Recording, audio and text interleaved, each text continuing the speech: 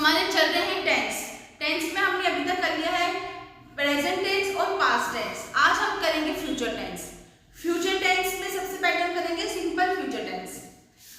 Future tense की पहचान क्या होती है? फ्यूचर टेंस मतलब हम जो भी बात भविष्य में बोलते हैं, जैसे कोई भी बात भविष्य की हो, जैसे मैं करूँगा, मैं आऊँगी, मैं जाऊँगा, मैं खाऊँगी, वो आएंगे, मतलब जिस सेंटेंस के एंड में, हिंदी में जिस सेंटेंस के एंड में गा गी गे आता है तो वो फ्यूचर टेंस होता है। या जो हमें कोई भी बात फ्यूचर की बता रहा होता है तो वो आता है फ्यूचर टेंस। तो इसकी पहचान, फ्यूचर टेंस की पहचान है गा गी गे, पहचान है इसकी गा गी गे।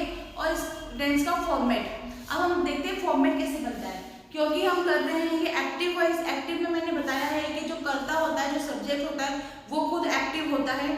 तो सबसे पहले आता है सब्जेक्ट, सबसे पहले आएगा सब्जेक्ट यानी कर्ता, जो भी उस सेंटेंस में जो काम कर रहा है वो होता है सब्जेक्ट। सब्जेक्ट के बाद आ जाएगा, क्योंकि ये फ्यूचर टेंस है, फ्यूचर टेंस में हम एक चीज जानते हैं कि विल या शैल आता है।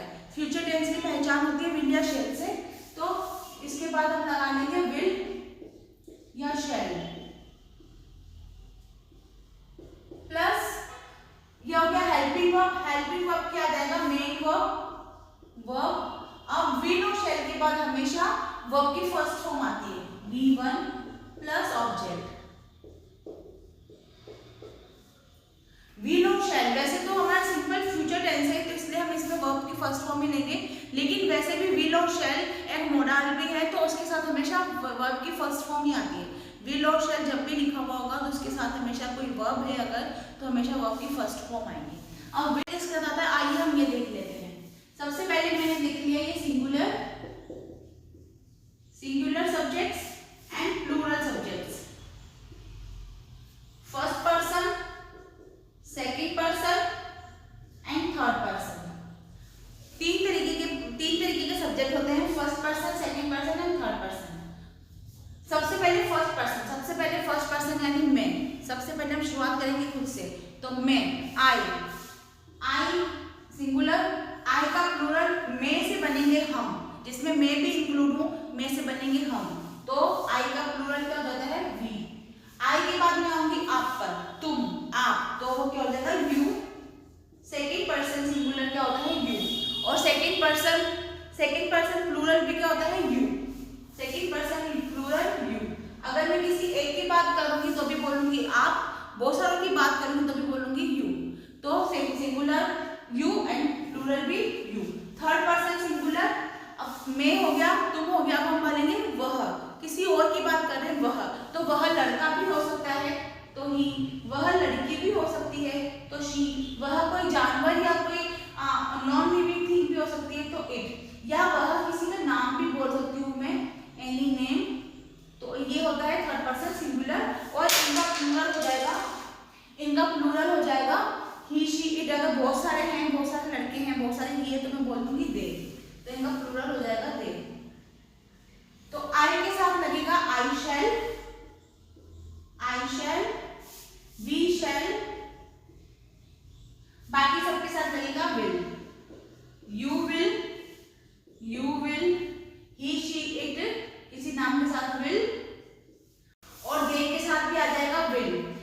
ये तो हो गया हमारा ग्रामर का रूल। आई के साथ शैल आता है और वी के साथ शैल आता है, बाकी सबके साथ विल आता है। लेकिन हम आई के साथ विल भी यूज कर लेते हैं और वी के साथ भी विल यूज कर लेते हैं।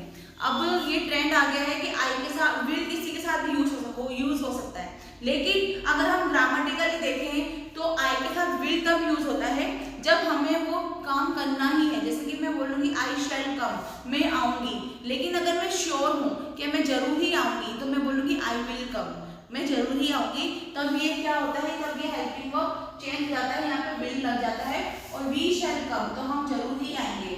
जब हमको काम कोई डेफिनेटली करना ही होता है तब हम शैल की जगह पे विल लगा लेते हैं, लेकिन अब ऐसा ट्रेंड हो गया है कि आई और वी के साथ विल बहुत कॉमन हो गया है, तो आई और विल के साथ विल यूज हो जाता है, तो वो भी रॉन्ग नहीं होता है। लेकिन ग्रामेटिकली अगर हम देखने जाए तो आई के साथ शैल लगेगा और वी के साथ भी शैल लगेगा और इन सब के साथ विल लगेगा। तो इसी से हम अगर सेंटेंस देखें तो जैसे कि मैं पढ़ूंगी, मैं आऊंगी,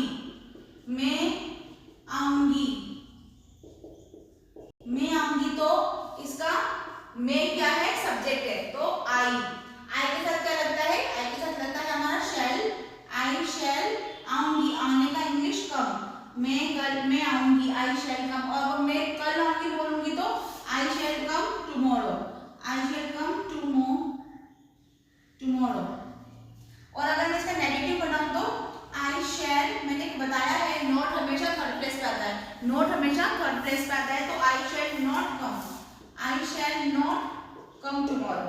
और इसी का अगर क्वेश्चन बनाऊंगी तो क्वेश्चन में बता रखा है कि सबसे पहले हेल्पिंग वर्ब आता है, इसमें हेल्पिंग वर्ब क्या है, शैल है, तो शैल सबसे पहले आ जाएगा, शैल आई कम टुमारो, शैल आई कम टुमारो। ये हो गया इसका क्वेश्चन टेन।